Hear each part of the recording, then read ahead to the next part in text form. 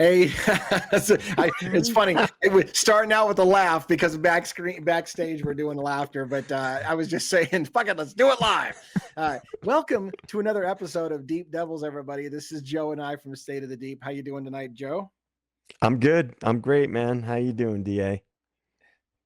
I'm good. It's funny. I'm saying tonight, but we're not going to. We usually air these things in the morning. So oftentimes, Joe and I do a recording at night when we're a little punch drunk with the day's fatigue, and then we do the recording, and then it airs in the morning. So we'll see how that plays. We've been setting some stuff up. One of the things that Joe and I have learned that we like to do is we don't want to necessarily read off of slides and huge amounts of notes and end up making it too much of a lecture. We'd rather it be a conversational style. So Joe has been nice enough to use very cool tools to get us some cool slides, which we might bring up during the show, even a document that he's got some notes in. But we really want to kind of do it free form, off the cuff, so it's just a discussion and less like a lecture, like you're being talked to like you're a toddler or you're back in school. So Joe, by the way, you have a t-shirt on for tonight's theme, right? Let's see what your t-shirt, I don't know, it's a dark shirt, but I want to see what that says. Let me see if I can put you up full screen. Hold on, I'm going to put you full screen. You just keep that up there, and I'm going to put you full screen. Oh my gosh, how come I'm not? There it is. There it is. PSYOP. That's what I'm talking about. Let's talk about PSYOPs today, Joe. And this is a topic I know was near and dear to your heart. So I want you to kind of take the lead. Tell us exactly what a PSYOP is, why it's near and dear to your heart, why this was like, you were like, we got to get to PSYOPs early in the Deep Devil stuff. Tell us about that. Right. Well, we did talk about propaganda, and that sort of thing, and we talked about Operation Mockingbird. And as I said, I'm sure at least one time, but surely more than once in our first episode, our introduction episode, that there's a thread that runs through a lot of the things that we will discuss. And I'm sure people are smart enough to figure out what that thread is as we go through our different topics because they're largely related. And, my educational background is psychology. So I've always been interested in psychological aspects of things. And in my psychology studies, I'm losing you a little bit there, DA. Getting a little spinning DA on the screen. But That's in interesting. Well, we'll go with it and hope that we're live. right, yeah, I don't need two glitches in one night. But when I was studying psychology, one of the classes that I had to take, um, it was social psychology, and that class was really, really interesting because it covered things that anybody could relate to in everyday life, Yeah. human behavior out in the world.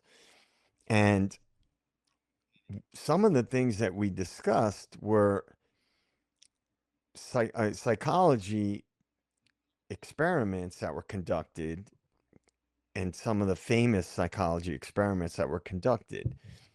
And if you extrapolate from some of those studies, it ties in with PSYOPs, which we talk about a lot, psychological operations. And I talk a lot about the CIA and intelligence agencies and things like that. Well, the CIA is the master of the PSYOP, right? They're the modern experts, and they have, I don't know if people know this or not. A lot of people probably do. The CIA has some of the top psychologists in the world. They can get the best psychologists, and they have a whole psychological operations department. And so the experiments that I learned about, I made the connection. When you start learning about intelligence agencies and intelligence operations, it's not hard to make the connection to Yeah. psychological operations and things that we've all seen, and we've seen movies, and we've seen things play out in real life. The mainstream media has always been used for psychological operations. And I want to before we get too deep, I want to riff. I want to talk a little bit about social psychology because I think it's interesting. You said your background was in psychology. When I went to college as well, psychology was what I was majoring in too, and it was funny because my favorite class out of all, I took every psych class you could through master's level, I think, and my favorite class was social psychology, and it's probably what I thought. And in fact, the difference between social psychology and sociology starts to get blurred a little bit as well. But in a lot of ways, a lot of my psych classes were not what I expected, like abnormal psych, behavioral psych, clinical psychology. All of those psych classes were much different than what I expected. But when I got to social psychology and we were talking about Freud and we started talking, like you said, like they were talking about the experiments that were run on people, about how to change people's behavior. I think that's what I always thought psychology was supposed to be, was about how to change people's behavior, or how do people behave under stressful situations, or how can people be manipulated to give false answers or whatever. Those kind of stuff is what fascinated me. So when you talked about the experiments and stuff like that, it was that same experience with me. I went into psychology, but social psychology, and why people do what they do and how to manipulate people. And like you said, the CIA and Hitler and Goebbels, when they were back in the Nazi era, they were masters of social engineering, of finding how people do what they do and how to manipulate the masses. And a lot of that's what we're talking about is how do people respond to things, and how can you create a clinical situation where you can get results from people because you know how to influence behavior of people. right. And there's a lot of crossover between propaganda, psychological operations, and social engineering. And in the modern day, with social media, social engineering is a big component and a part of psychological operations. And, it may have started, a lot of psychological operations initiated, many, many years ago in warfare. Psychological operations were used to affect morale of troops, both your troops and the enemy's troops. And so it goes far back. It's funny because I in psych, Well, I want to, because I'm afraid that we're going to go past that too much. I want to. That's a good point on the war thing. One of the things that I found fascinating I just don't want to miss this opportunity. Generally speaking, human beings don't want to go kill other human beings. So when you go to war, you use psyops essentially even on your own soldiers, because what you do is you dehumanize the enemy. You make them into non-humans. You use words like, the Viet Cong. You don't refer to them as human beings. You refer to you come up with some way to dehumanize your enemy so that they become like monsters or animals, and you don't treat them like a human being. And that's part of a psyop operation against your own people, because human beings don't want to kill another human being. But if you dehumanize them so they're not even human, they're monsters or something completely else, then you can remove that reservation of taking another person's life. And so I think that's important to mention, because psyops are really used even against, in the military, I would argue, against, to train your soldiers to kill other people. You have to dehumanize the enemy, and right, likewise, before we get too far, it's the same thing in true crime. You dehumanize the monster, the bad guy. So you show creepy pictures of them as look at this monster. He's not even human. That way, whatever you say about the guy, they're like, yeah, that guy's not even fucking human. He's just a sicko. He's a twisted. Like once you know how to get people to dehumanize someone and look at them as a monster and not a real person, then you can do anything. You can get away with murder, because people no longer view them as a human being. right. And what do? They created derogatory terms for the enemy. And I'm not going to repeat them on here just because I don't want to offend anybody, Yeah, but that was a yeah. classic thing that was always done. Look at training our soldiers in boot camp, in special forces. I mean, one could say that the training incorporates a lot of psychological operations, because if you're, let's, for example, special forces, right? Very highly trained, specialized forces, smaller special operations forces, they're going in to do very specific things, and in many cases, assassinations and targeted attacks and things like that.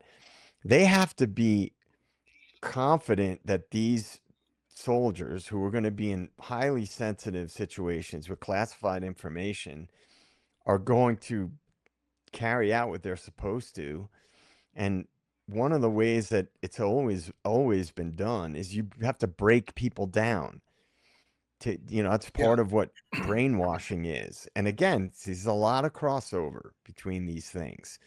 You break somebody down, make them exhausted to the point that they can barely stand up, you deprive them of sleep, and people become more malleable psychologically. Right. And it's been Right. the Right. military is really kind of where it all started in many cases, and then it carried over. When I was in college, I remember learning that the two biggest funders of psychological studies were the military and the advertising industry, right? They would Yeah, I mean they the old adage of the military was break them down and build them back up again. You make them feel worthless. You call them maggots, worms. You break them down and dehumanize the soldier, and then you like then you'll make him a man, and you'll tell him you're proud of him because he's a man today, and you've rebuilt them. You break them down and make them completely lose everything, and then when they're exhausted and they're malleable, like you say, then you build them back up and you tell them that you're proud of them for doing whatever you want them to do, and that becomes their new identity. right, and also whatever the task is, if they are manipulated to believe whatever the cover story is, let's just assume there's what they're being told to do is for X, Y, and Z reason. But what if that's not really the reason why you're going in Right. to take out this guy? He's a um, Yeah. leader of this terrorist cell, or he's a rogue, president of a company, or a rogue general from this military. That may not be the real reason behind it, right? So there's Right. always a psychological component to those things. And to just to call back to what we were talking about a few minutes ago, when I was in school and I was seeing these studies that were being conducted, like the Ashline study is a famous one, and the Stanley Milgram experiment, the Stanford prison experiment is a really good one, right? Because you Yeah. create tribalism amongst the subjects of the experiment. I started to make the connections to how that translates to other things. That's kind of what I do by nature, is I'm always making connections between one thing or group of things to other things. And I always see the crossover and the thread. That's something I've always done. And so when you look at the history of psychological operations, and then you look at today, all the things that are happening in the world with social media, with the mainstream media, now that capacity has expanded so far because of social media. Now you got kids, you got people who weren't watching the quote unquote news, right? Back in the day, before social media, they weren't really as susceptible to it. And now just look at how divided the population has become, politically and socially. And it's largely a result of social media, because the mainstream media certainly does its part.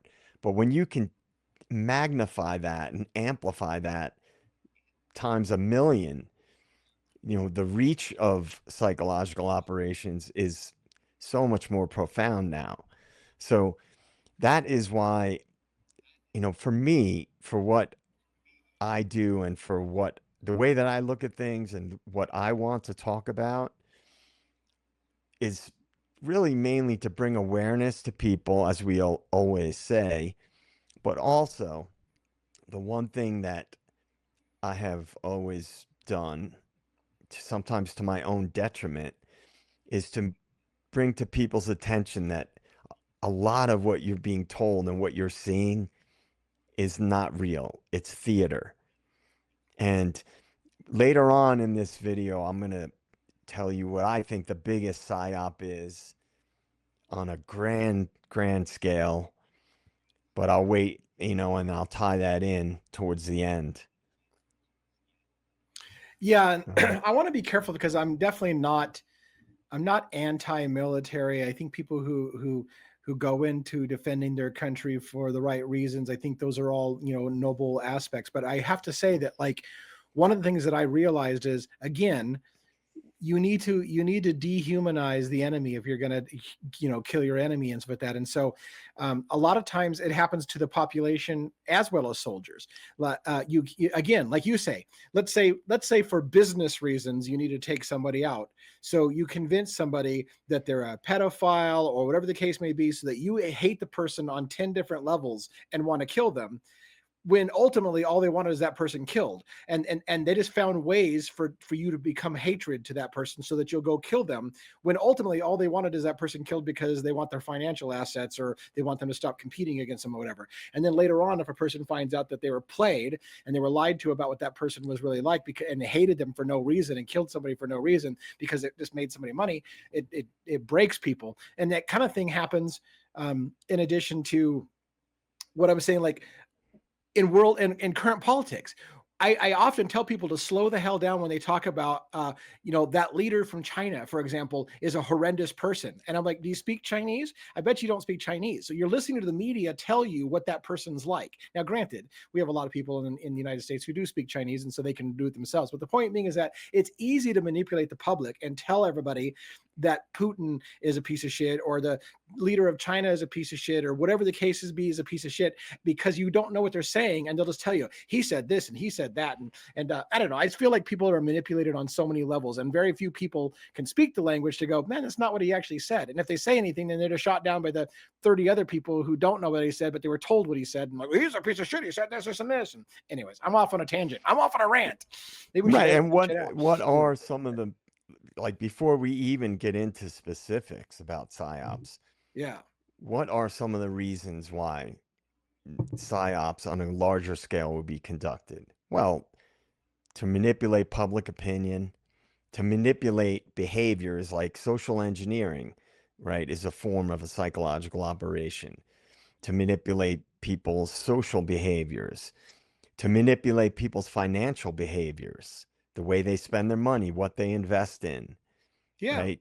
Yeah. Um, you know, what, steering people towards what they should support versus what they should reject, whether that be political candidates, or whether it be, what companies they support. Oh, Elon Musk, he's a bad guy. Don't, et cetera, and on and on.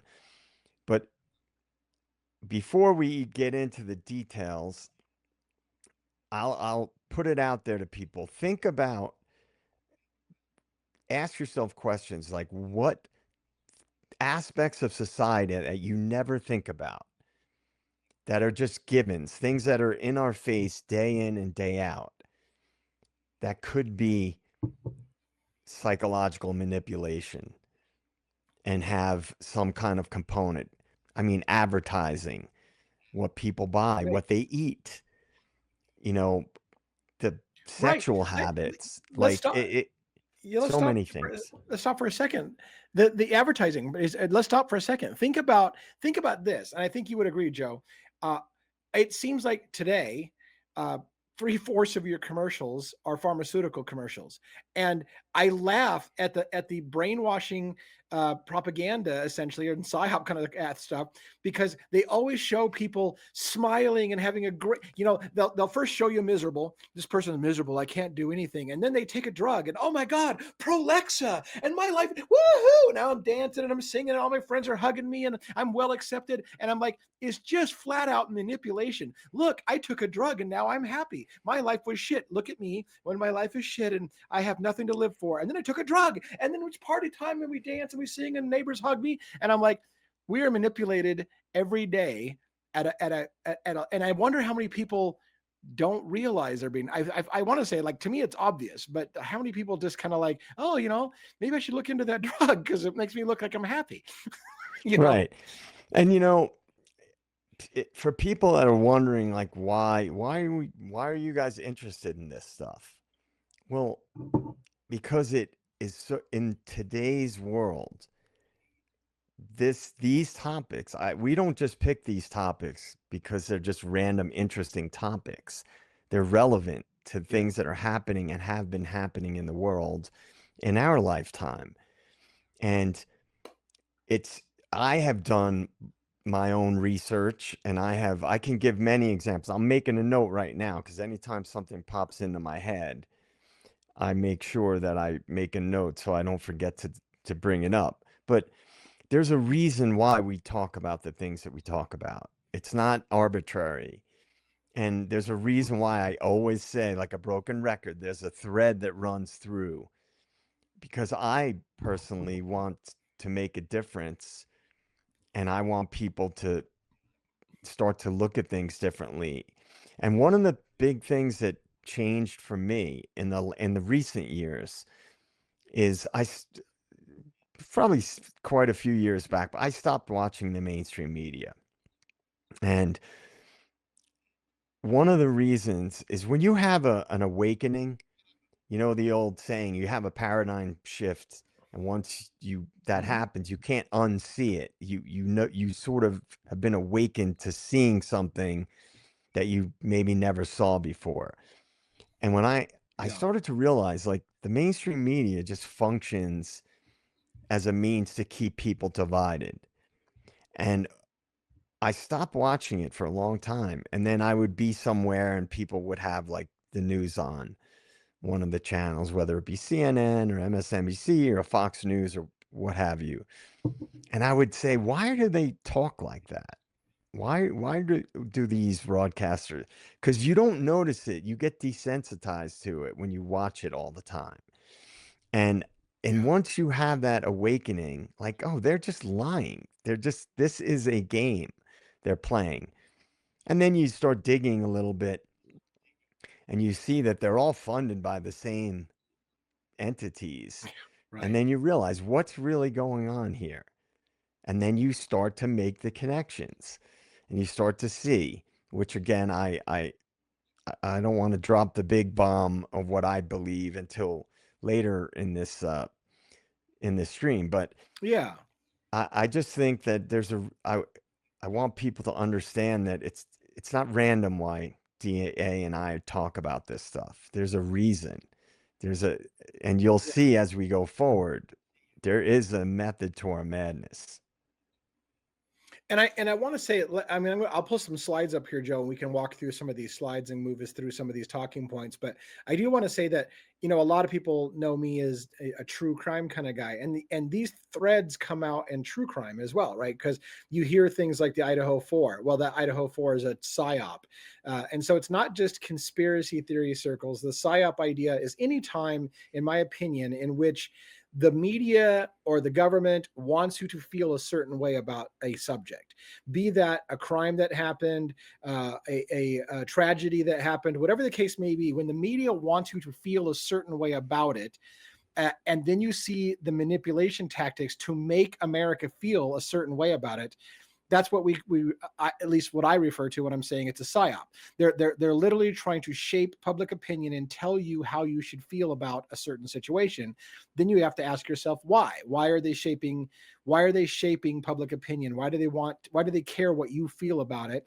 What is the agenda here in those stories? And so I think that that's something to kind of keep in mind as well. Right. And so Let's, let's ask the yeah. question. In cases like Luigi Mangione, Mhm. Charlie Kirk's assassination, the Idaho 4, why would there be a psyop component to those? What Yes. might be the reason why there would be a psyop component to those? Like, we have, we do our streams and we have 1-1 and Jason Estes on there, Estes Crime Maze, and the idea of a psyop comes up frequently, and certainly with you and I it does as well.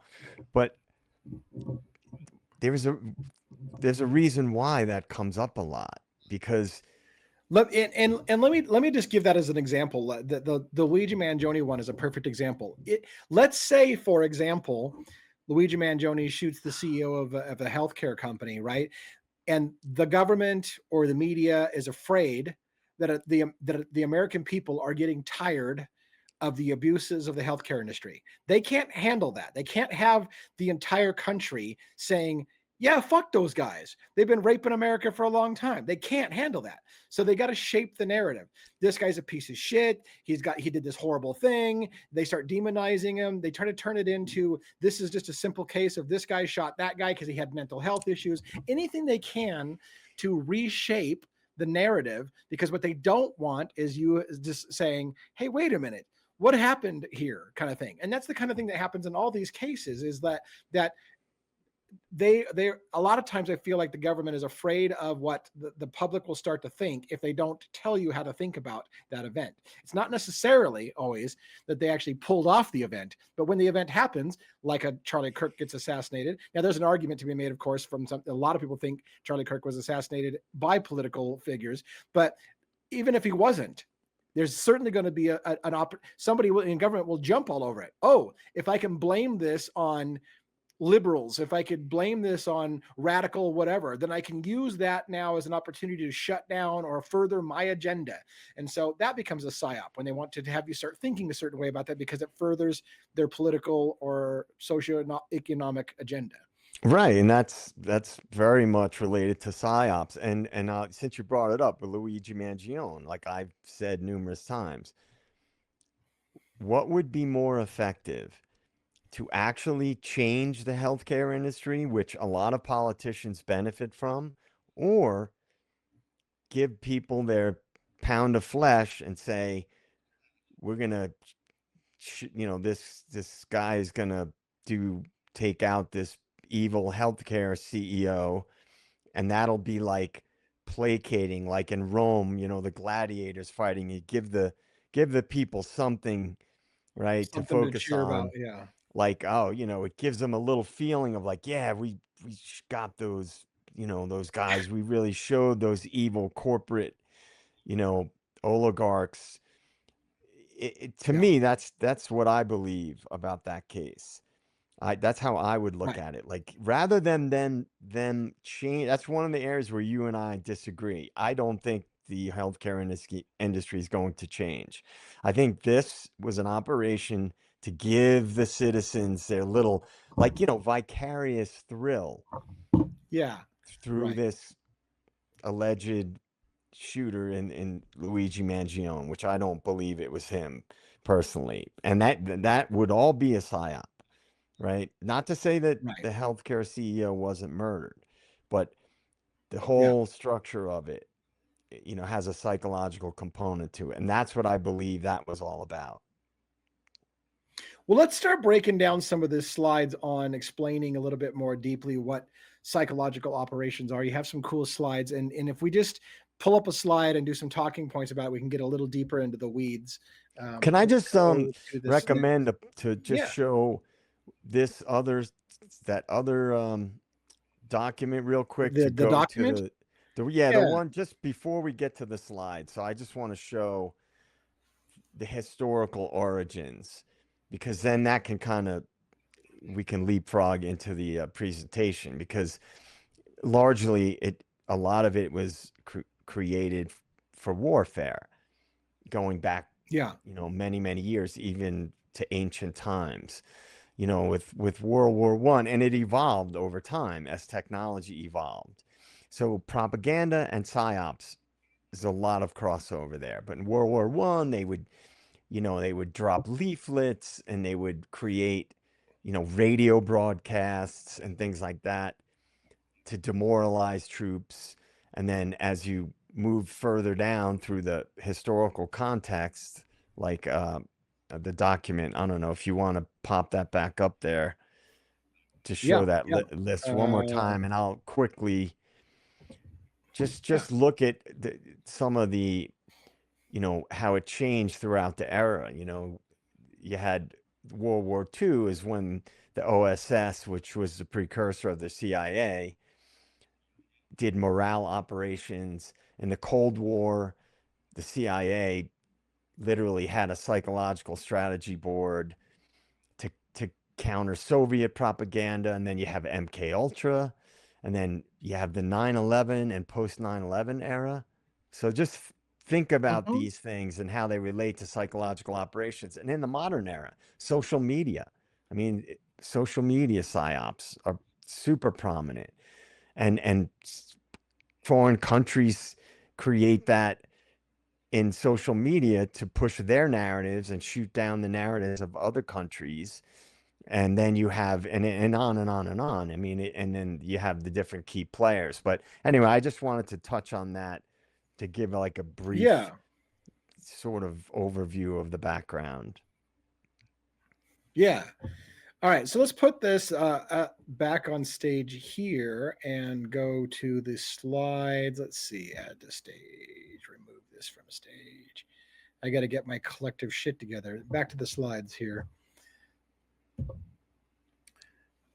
What do you want to? Do we have anything to talk about this, or is this just kind of like a filler page here? Psychological operating psyops. Yeah, I mean, that's kind of like a little bit of an overview. It's influencing perceptions of behavior, and All right, so this is a good one to talk through. You were starting to already talk a little bit about some of the history, but walk us through some of this.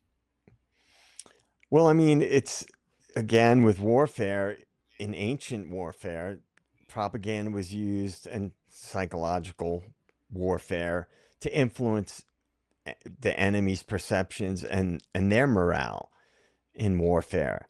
And then it just this in as far as war strategy, it was always used psychological operations. You'd It's funny always because you hear and I like talked about this. Well, you talked about like Sun Tzu's art of war. Like I remember one of the most famous statements from Sun Tzu's Art of War is basically, appear weak where you're strong and appear strong where you're weak. And the idea is you want to lure the enemy into thinking that you're weak when you're actually fortified, so that they attack a position and you can wipe them out, or make yourself look like you're super strong somewhere where you actually have a huge weakness and hope that they'll avoid it because they think it's a strong point. And so that kind of that's a form, right, of psychological warfare or whatever. You're basically trying to trick the enemy into thinking a certain way. It doesn't necessarily mean it's evil, but that's what we're kind of talking about as well. Is you play manipulation tricks on the enemy, right, to make them think a certain thing, to fall for your trap, to avoid going for your weaknesses and stuff like that. right, and as it evolves with technology, you know, propaganda leaflets that were dropped on enemy forces, and saying, "Oh, the capital city has been destroyed," things like that, and they Right. would Right. make Yes. propaganda films that goes way back, and propaganda radio broadcasts, and that continued. You know, the Yeah. leaflets and the Your radio. leader already your leader has abandoned you. He's not really there anymore. Make the morale of the troops break by thinking that their leader is no longer, alive or whatever. You lie Right, to exactly, those right. kind of He's been tricks. assassinated, whatever. And then it Hmm. really started to emerge after World War II, which is when the CIA was created, and that's when psychological operations started to really ramp up and be more sort of sophisticated. Should we move on to the next slide? Yeah, that's pretty much just a general overview.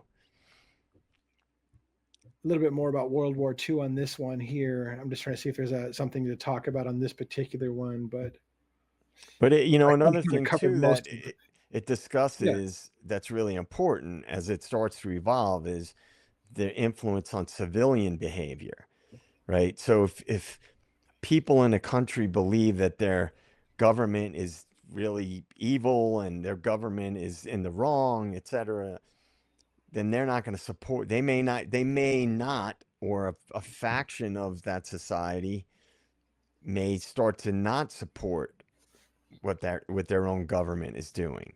So that would be an example of how foreign countries manipulate citizens of other countries.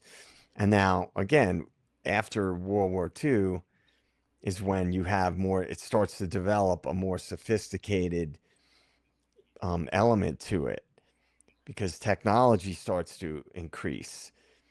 And then it just kind of goes on from there as far as like each You know, stage Joe, of the game. prior to this show, you and I were talking a little bit about adding in some stuff of Hollywood. And I want to say this is a perfect example. One of the things that I found is a profound, in my opinion, psyop against the American public is our love affair for war movies, right? Oh War yeah. movies always make you feel super patriotic. They describe the enemy in horrendous ways, and then the American somehow beats insurmountable odds, is super, fights for his brother and does some heroic thing and looks like the complete noble person while everybody else is a piece of shit on the other side. And people don't realize that as much as we love those war movies, it is massive propaganda against its own people. It's to make you feel a certain way that we're more noble than everybody else. Everybody else is the piece of shit, and we just make the most heart tugging moments on film.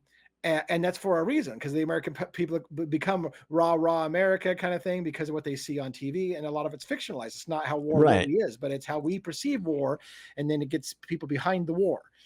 Right. And that's, in notes that I have, and I believe in this presentation too, it's the overlap between Hollywood and psychological operations because the war movies is a great example. And it's we grew up with that, but it goes on today. And I can give examples of some movies that are clear propaganda movies. And that many people may not know this, but the CIA has movie productions. I mean, they are involved in that. And they always have been. So it's a big part. Movies, you know, music culture, pop culture, all these things, there is always something else going on in many cases. Messaging that's being pushed, right? Social engineering that's being pushed. And that's really started to happen in the last 15 years, 15, 20 years is how, commercials have started to they push certain messaging in commercials. Now they've always done that, but now it's ramped up so much. Look at how many TV shows and movies now are heavy-handed pushing a certain message. Whether it be Right. And identity politics or certain social issues are being pushed in movies and books and music. people don't realize, I feel like people don't realize, and I wish I came with receipts. I didn't come with receipts today, but like, people don't realize that, for example, the FBI, for example, will fund through money TV shows to portray the FBI in a positive way, or they'll fund money. If you do an episode of your CSI on this topic, we'll give you X number of dollars for that episode and for your show, and they fund those things. And the same thing can happen all the way down the scale. Pharmaceutical companies, we want you to have an episode that features this, and we'll show the pharmaceutical industry in a positive light, and they might pay money for that. And these places that run these TV shows, weekly or whatever shows, will be like, hell yeah, we can take some extra money, we can do an episode on that. And you don't realize that you're literally, the minds of Americans are being bought by the messaging that they want to do. I want you to do an episode on this, and I want you to portray this particular entity, drug, product, whatever, in a positive way in your show. And they'll take that money because they're in it for making money, and they figure, hey, at the end of the day, we're still going to make good TV. People like the actors, they're going to enjoy it. It doesn't really matter so much what they do, so why not? And people get manipulated, I think, all the time on stuff they don't realize behind the scenes. The corporations, the government that is paying for what you see in your television shows and your movies and all that stuff. Right. And I'll give you two specific great examples of that type of thing. One is on a boots on the ground level. Whenever there's a high profile crime or high impact event, what happens? That you notice you always have the one person doing the press conference, and there's always a line of people lined up, and they each take a turn. And what do? They talk about what a great job our officers did, and the FBI will get up, and the governor will get up, and they'll have people just really pumping themselves up, like what an amazing. Because guess what? They all need funding. If it's a politician, they want to get reelected, right? And how that translates on a bigger scale is look at how many series and movies in the last 5 years alone have come out about the CIA. There have been so Yeah, many movies about the CIA and about intelligence and secret agents and espionage. It's insane. I mean, you could go on any of the various streaming services, and there's numerous shows and movies that involve the CIA, right? If an there. agency starts to get a bad rap, right? Well, Yeah, they've got to yeah, pump it up. If the military, if a war is losing public support, you know, yeah, you got to create a big, high profile, high impact statement, like a movie, like Zero Dark 30, which was about the yeah, Osama bin Laden raid, which is widely considered to be a CIA backed film. I mean, anybody can even search that online, and you'll see that it's a clear, in my opinion, a clear propaganda, you know, movie. And right. and on and on and on it goes. And Hollywood for years has been intertwined with the CIA. I mean, the CIA had Yeah. a film studio at the top of Laurel Canyon, back in the Oh day, yeah, back in the 60s, back yeah, in the old time days, and the yeah, books Weird Scenes in the Canyon and the book Chaos talk about the CIA's involvement in the hippie anti-war movement. And I don't yeah, want to drop too many bombs too early, but many people, especially nowadays, believe that the moon landing never happened. And many believe that landing was shot in the studio at the top of Laurel Canyon as a yeah, type of propaganda film because Russia was making more advancements in space exploration. So yeah, they needed to pump. This is allegedly the theory behind, why the moon landing might have been faked. And that, the other rumor is that Stanley Kubrick was the one who basically did the film the moon landing in that Laurel Canyon studio because it was a top secret yeah. CIA film Yeah. studio.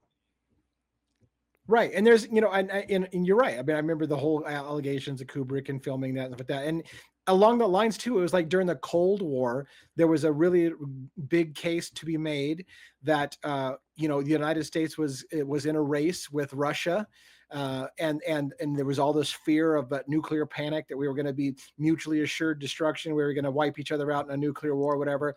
And so in came this huge thing about satellites and how we're putting more satellites in the sky and whatever. And there was an argument that was really, really well founded that the United States lied and said that we were much further along than we were to bankrupt Russia, to make them put every fucking dime they could trying to keep up with us on Right. something that we weren't as far along as as we said we were, and bankrupt their country trying to keep up with us on something that was not true. you know, Right. so And all right, I'll give you an example. There was a movie, pretty famous movie called The Falcon and the Snowman that was yep, yep, it probably came out in the early 80s maybe or either late 70s or early 80s, and it was with Timothy Hutton and Sean Penn. And basically it's based on a true story that you remember the company TRW. hmm back in the day, the credit company, the like the credit reports was TRW.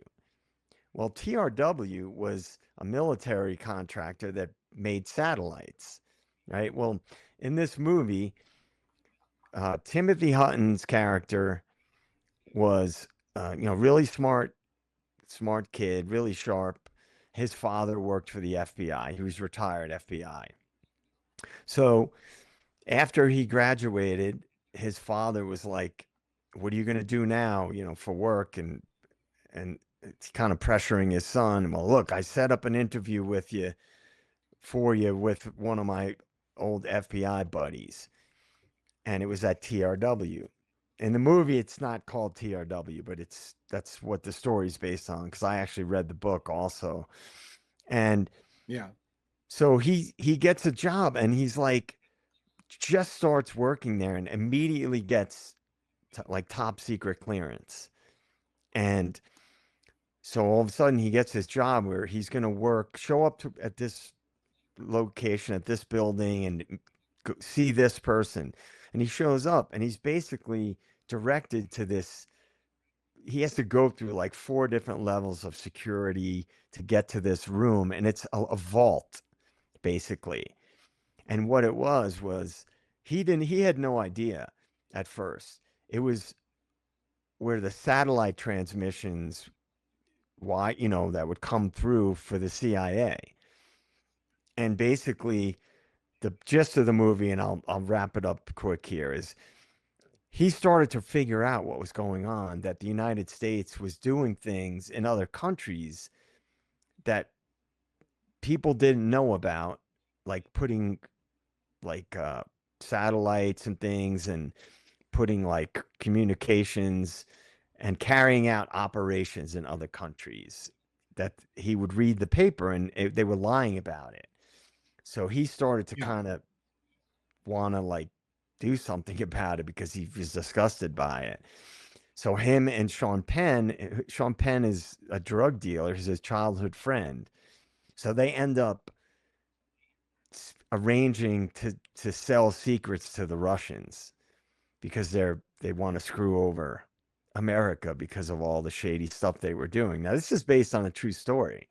He went to prison for Yeah. it. It's a crazy, crazy story. But in that movie, it's a perfect example. We were creating propaganda about what we were doing around the world, but we were actually carrying out nefarious operations. And he happened to find out about it. And so that speaks to sort of what the public sees and what really happens oftentimes behind the scenes, that we're often not the good guys, but through psychological operations, both here and abroad, we can be, you know, presented to the world and to our own citizens as the good guys. And again, the scale is so much larger now because of social media.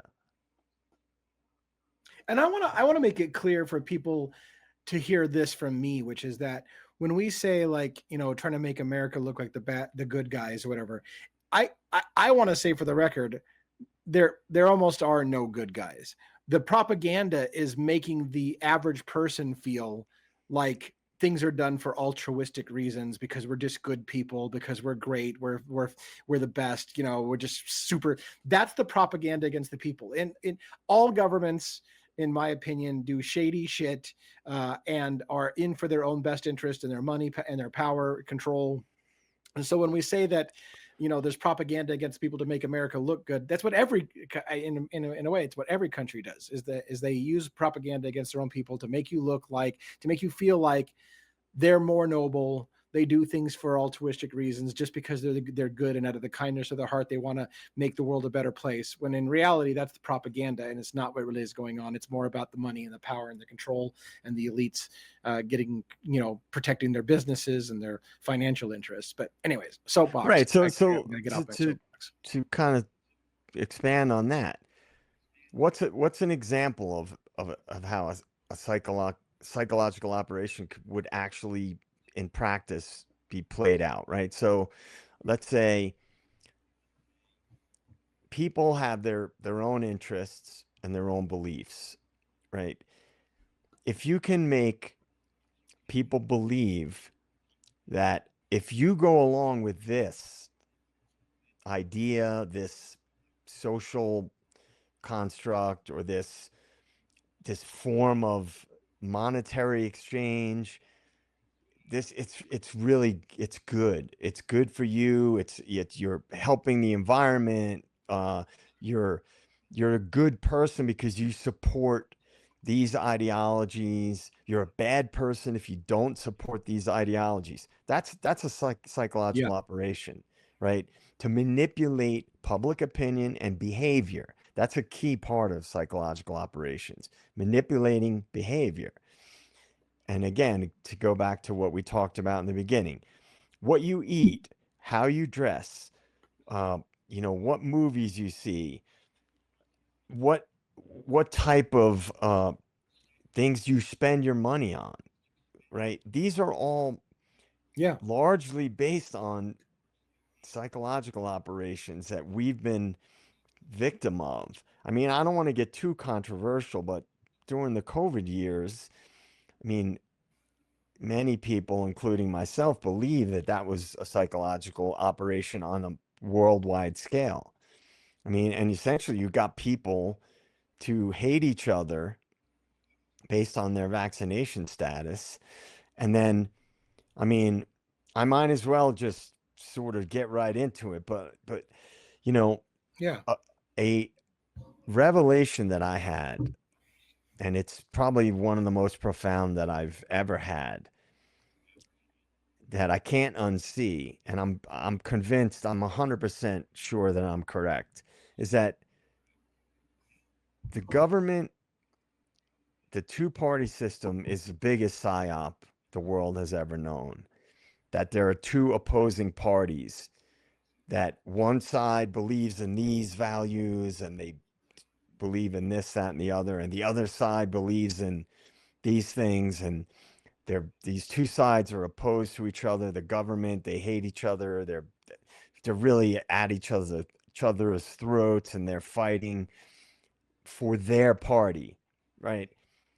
In my opinion, which I believe many more people are waking up to this, they're not opposed to each other. They're working for the people who really pull the strings, which are the bankers. And I believe that the intelligence agencies are actually the operations arm of the global banking cartel. And they're used to do all the things we said, manipulate people's behaviors, socially engineer, but you have to have a front. And if you have a two-party system, that creates this front, that they're the ones that are, the government is really the ones that are making these big decisions about policy and things.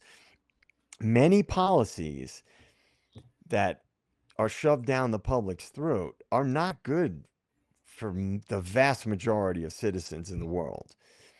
But Right. through very sophisticated psychological operations, you convince people, oh, this guy or this woman, they're going to change the world. They're against this and against that, and they stand up for this and American values and et cetera, et cetera. In my opinion, and I believe I'm right, that is all a psychological operation. And it's one on a scale that's massive, and it's been going on for a very long time. And so, okay, this is kind of a really important thing that I wanted to get to, because it really gets to the heart of what I'm really all about. If people could kind of get out of that schema that they have of the way the world works, it's a painful process sometimes to come to that realization. It is. It creates a lot of cognitive dissonance for a lot of people, that the world is not what I thought it was. And it's been really cool to see, especially in like the libertarian space, because the libertarians backed Donald Trump, right? for this election, and I've am in touch with a lot of the high level people in the libertarian space online, and it's great to see that they have woken up and they've said more or less like we were duped, you know, Yeah. and Yeah. that alone gives me hope. That idea that people can wake up and they can say, you know what, I was wrong. This is not what I thought it was. And I think that is a I really don't want to important get thing. super political. I don't want to get super political, but I do know a little bit about the libertarian frame from my perspective. And the Libertarian Party was starting to make inroads as being a legitimate third party in the country. And somewhere along the lines, I saw this shift being an older man and seeing it happen over a period of time, which was they started the narrative of um, if you're not voting for Republican or Democrat, then you're throwing away your vote. You have to pick one of those two parties. So great for you that you like the Libertarian Party, but in the end, when it comes down to voting day, you need to vote for one of the two parties. And Libertarians mostly associate with Republicans, so you should vote for Republican, because if you vote Libertarian, you're wasting your vote. And I Right. saw that shift happen where they basically delegitimized what was happening to be becoming a legitimate third party by saying, look, you're completely throwing your vote away if you vote Libertarian.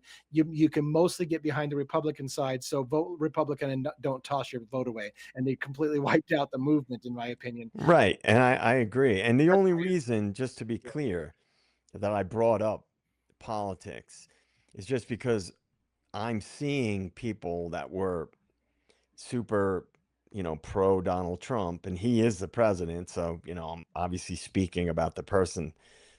It's relevant because he's the one that's in office. But seeing people having the ability to change their way of thinking, right? And so that gives me hope that whichever side you're on, that doesn't matter to me because you and I have said many times it's all BS anyway. But Right. psychological operations play a massive role in politics, right? And shifting people's the way they think, the way they act, their behaviors, getting them to accept certain policies and reject others. I think the more people learn about this stuff, the more they can start to look at things differently. Look at what the mainstream media says. Look at ads. Look at what books are being pushed. Look at what movies. I do that all the time now. I always say, what are they really trying to say?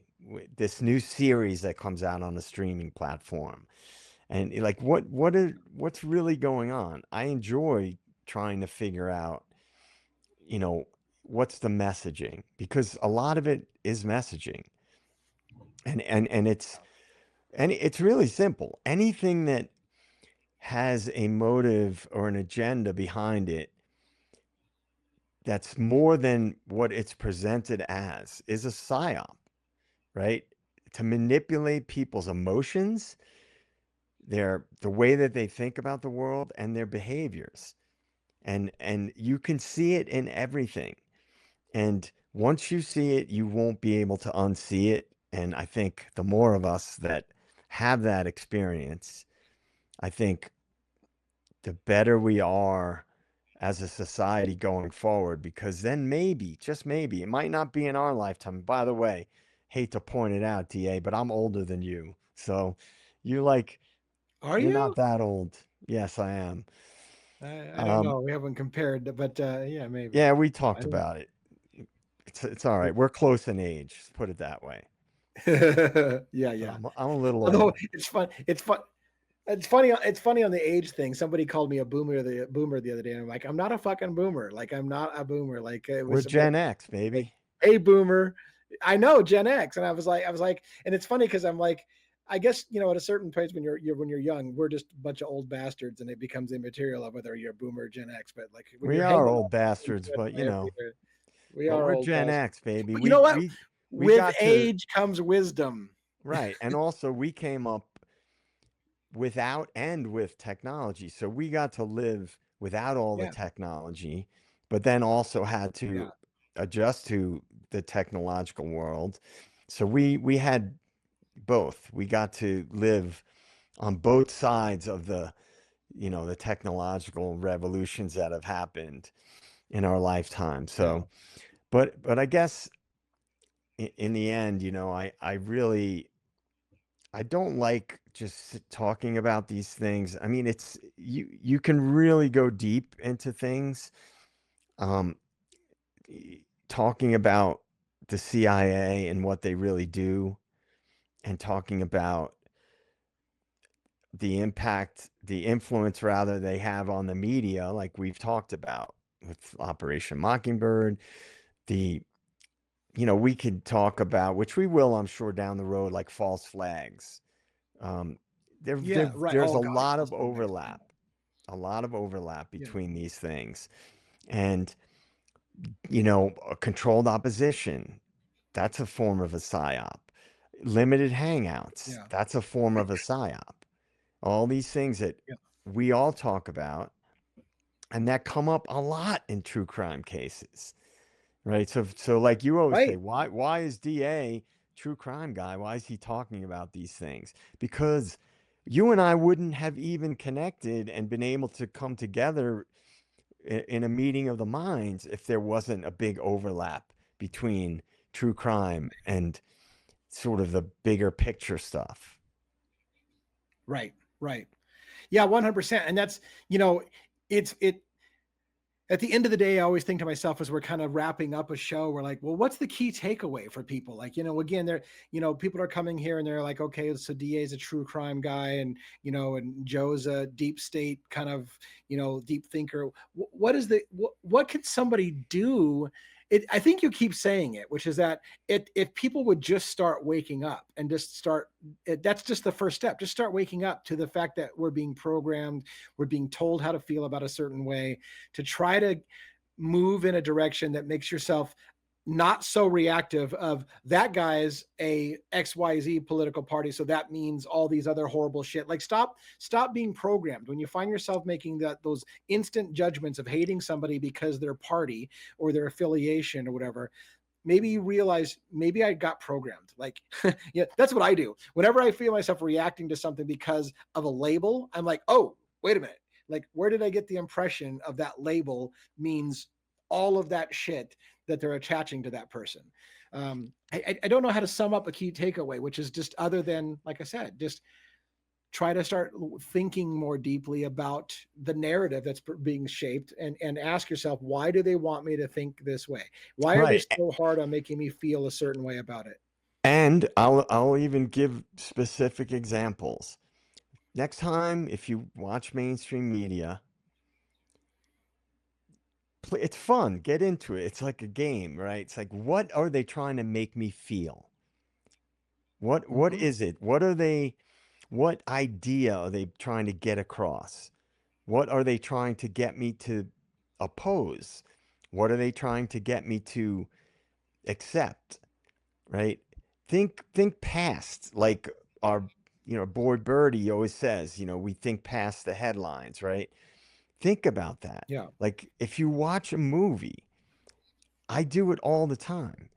What Try to pick out little things in the movie or the TV show that you might think is messaging.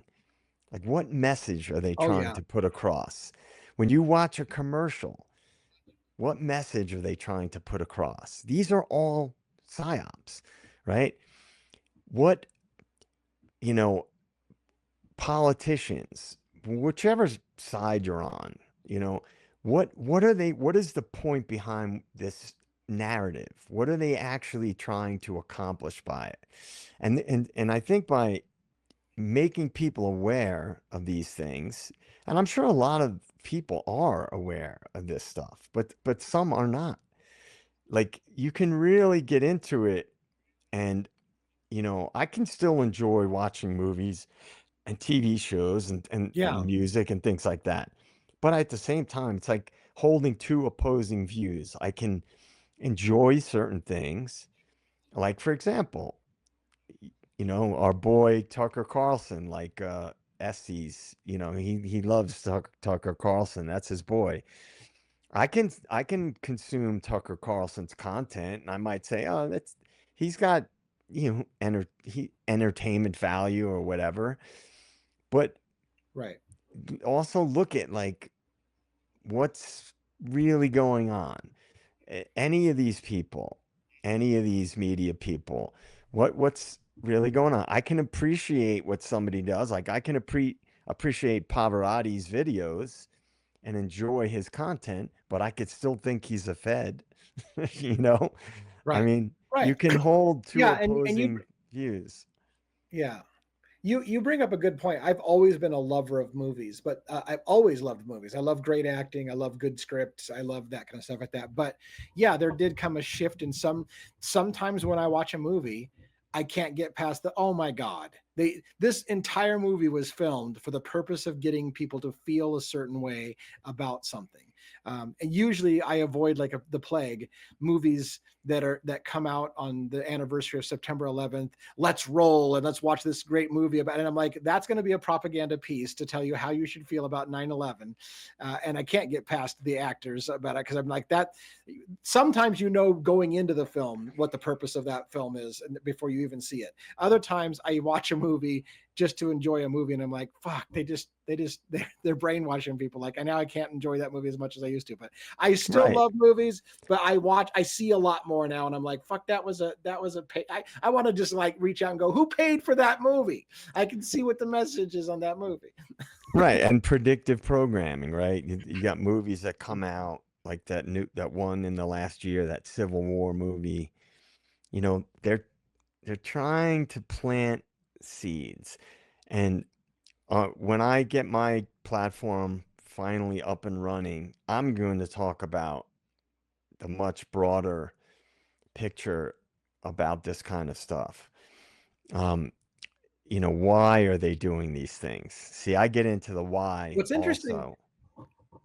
What's interesting is I want to kind of, I don't know if I want to end on this, but I wanted to say I've been kind of a fan of Kubrick and some of those movies and stuff like that. One of the things I want to say is some movies, in my opinion, this is just an aside. Some movies, in my opinion, are like insiders in Hollywood that know the game that's being played and are trying to wake up the masses through movies like The Matrix, for example, trying to show people the illusion behind things, or Eyes Wide Shut, right, with Kubrick, which is the idea of the elites that have these, sex orgies and parties or whatever, and manipulating people. Sometimes it's like Hollywood insiders are actually tipping America off to saying, hey, by the way, there's a secret shit going on and you're being manipulated into thinking a certain way and trying to almost like they're trying to wake up America through movies. So it's not always, in my opinion, it's not always bad programming. Sometimes it's like there's insiders that are trying to wake people up through their movies through subtle messaging. And if you know the right movies to watch, you're like, oh, that's what they're trying to tell us through this movie. Trying to Or they're trying to signal to their other elites, and they do yeah, it right in our face. We always hear about the, Freemasons and the Illuminati symbolism and things that you see popping up a lot in movies and in all facets of life, it seems nowadays. I mean, if a movie's too heavy-handed for me, I can't watch it. Like that movie that came out, Don't Look Up. Remember that? With yeah. Leonardo DiCaprio. It was like Netflix, I Oh yeah, think. yeah, yeah. That Yeah. was a propaganda movie. I mean, like there's certain movies I can pick up on it and then it's a little bit harder for me to enjoy it if it's too obvious to me. But I Yeah. sometimes like to kind of watch them and be like, all right, what's the message? What are they trying to Yeah. say? And it's in more things than people would realize. There's a message there. They're trying to message something. And to As a your quick aside, I think it's just hilarious. After September 11th, one of the one of the one of my favorite movies at the time was pulled off of every shelf in America. I shit you not. It was a movie called The Siege. It had Bruce Willis, right, and it had Denzel Washington. I think this is the right movie, right? And the idea was there was a terrorist cell that they thought was in the U.S. and they were going to use the military against their own American people to basically suss out the terrorists that were amongst us. And like I think it was Bruce Willis was the military guy that was going to go, and he's like, "Look, you don't want me to do this. You don't want to put me in charge of this because I'll do it and I'll get the guy, you know." But it was like one of those movies that made Americans think about how far will we go to defend the country, and what happens when the military takes over and treats Americans like they have no rights or whatever. And after September 11th, they hit so close to home, they pulled that movie off of every shelf. You couldn't find that fucking movie anywhere. It was just gone. And I thought, that was a weird kind of thing because again, there's movies where they propagandize people, and then there's movies where they're like, shit, we don't want people seeing that movie and waking up to that could be a problem. Right. So it's Yeah. And, both. um, what I do, one of the things that I do and that I'm sort of looking forward to doing is I'm not going to get into that type of stuff with what we do, but I get really into why they're doing the things that they're doing, like the actual Yeah, reasons why these things are happening. Because what you and I are talking about right now is a small piece of what the power structure does, and it's a tool that they use, right? One of many, many tools that they use. But there are much more, in my opinion, which I won't get too deep into it, way more nefarious things that have been going on. And that's what State of the Deep addresses more so. Like I actually get into yeah, why they're doing this and what are some of the bigger scale things that have been going on and are still going on, and what are the agendas at play. And that's what I've spent a lot of time learning about. And what you and I talk about are important pieces to that puzzle. They're little things that you we can actually talk about. And again, this will I guess I'll kind of leave it at this because I say it a lot. I believe people are smart enough to find the common thread, because everything that I talk about, I wouldn't pick a topic and you and I wouldn't even bring up an idea for a topic unless there was some common thread. And yeah, that is what I really hope to do, and continue to do with you, is get people to see the connections, okay, and start to make those connections. That's really it. yeah. And at the end of the day, like I said, just all of this stuff is informative. Every little piece, maybe, some of you just put on these shows when you're driving or listen to whatever, but every little piece of this is related, interlocked in some way, and maybe someday your brain will start to put it all together. I think that's where we are at. Like as old as we talked about our age, with age comes wisdom. We saw a lot of these things when we were younger men as well, probably, right? But we didn't start putting it all together. Now that we're getting older, we're like, oh fuck, like there's a common thread that's linking all that shit together. We start to see it with our age. Now we're trying to pay it forward to another generation and start to have you see those things as well. And if you take any little piece out of this and build on your information database to kind of start waking up to how things are working, then I think that would be a great accomplishment in my And opinion. again, like, yeah, what you and I do is like anybody can go online and search whatever topic we're discussing if they want to dig deeper, right? For what we do Right. is we're having a discussion, and we're just kind of seeing where we each go when we talk to each other about these things. I can pull up, 10 pages of documents and book recommendations, but anybody can do Yeah. that on their own. And so, maybe we'll make some book recommendations going forward, but I'm certainly going to do that. But I think what you and I do is we sort of touch on an idea and we just talk about it, rather than Yeah. giving, we could sit here and I'm sure show kick-ass presentations and videos and stuff. But I think for our purposes, it's not about, the minutia, because people nowadays can find that information anywhere. Yeah, and to be fair, let's wrap up here. But to be fair, I've had that criticism of our show sometimes. Some people have said, "Well, you guys didn't say a whole lot that we don't already know," kind of stuff. The people who are in the know and have been studying this stuff and reading books on the matter, hearing Joe and I talk about it, they're like, "Well, what did you guys offer to the thing? You didn't teach me anything new." Yeah, if you're really versed in this stuff and you've read books, this isn't that. This is Joe and I having a conversation. For those who are like, this is like sitting down on the coffee table with a couple of guys who've been there, done that, and you listen to them talk and you're like, holy shit, like that was a really, that's what we hope is you get out of this, right? Is two guys bullshitting at the table who've been there, done that. And you're like, oh, wow. Like listening to those two guys talk, you can kind of start to see things. That's kind of what we're going for. We're not trying to be cutting edge and teach you everything that, and show receipts. That's why we don't spend a lot of time showing, the details and proving it to you. It's more of a conversation, coffee table thing for you to kind of open up your mind and just bullshit with us for Yeah. a good hour and a half or whatever. Right. All right. So I'll leave this little bit of a more of a specific thing that people could chew on. Look at whenever a major incident happens,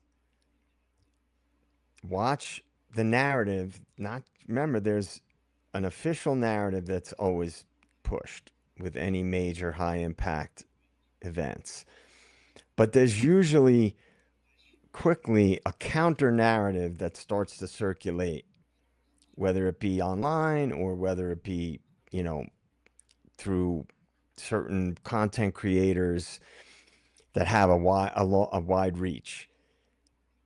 A lot of times that counter argument, that counter narrative is not, that's designed to distract also. Because remember, if you can give two opposing narratives, it's that alone will distract from maybe another narrative or a fourth narrative or a fifth narrative. That's, in my opinion, usually what the actual truth is. So Yeah. that is a very standard psychological operation that you will see in many things. And if you pay attention to it, you'll start to notice it. You'll see, I'll give you an example. Epstein killed himself. What's the counter official narrative? He was murdered. Yeah. Now, in my opinion, it might not be either of those. So that's an example of a type of a psychological operation. Yeah. And I think to close on that these concepts of narratives and shaping of narratives don't just fall into the conspiracy world, they also follow into true crime. Every single time, to bring this to my channel, to Devil's Advocates, and more of a true crime focus, true crime stories are often narrative shaping.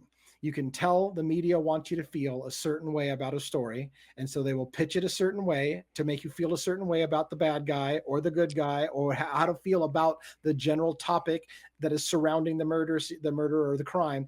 That's why I have this discussion with people like Joe, is we want to talk about the deeper concepts, because it happens in true crime, it happens in the movies, it happens in the TV shows you watch, it happens in every aspect of life. Narrative shaping. Start asking the questions: what do they want you to feel or think about this, and why?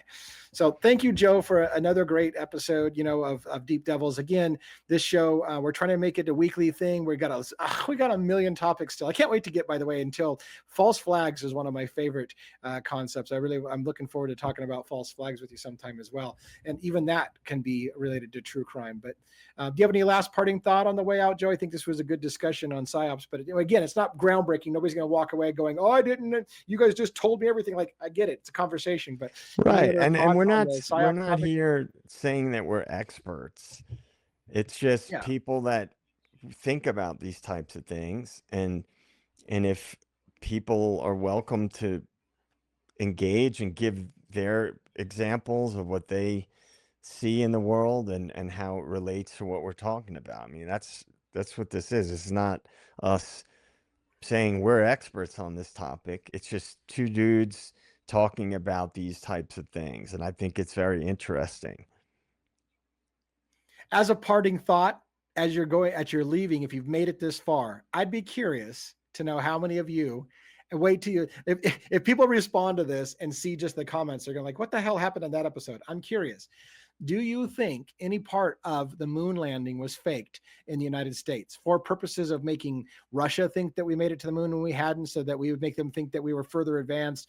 Was it a psychological operation in any way, shape, or form? Or do you 100% believe we went to the moon when we said we went to the moon? I'm curious what people think about that. Do you think the moon landing was faked in any way, shape, or form? And again, keep in mind, it could mean that you think that we have gone to the moon now, but did we go to the moon then? And did we fake it in the studio? Let me know in the comments, by the way, what you think about that. Was that a psychological operation?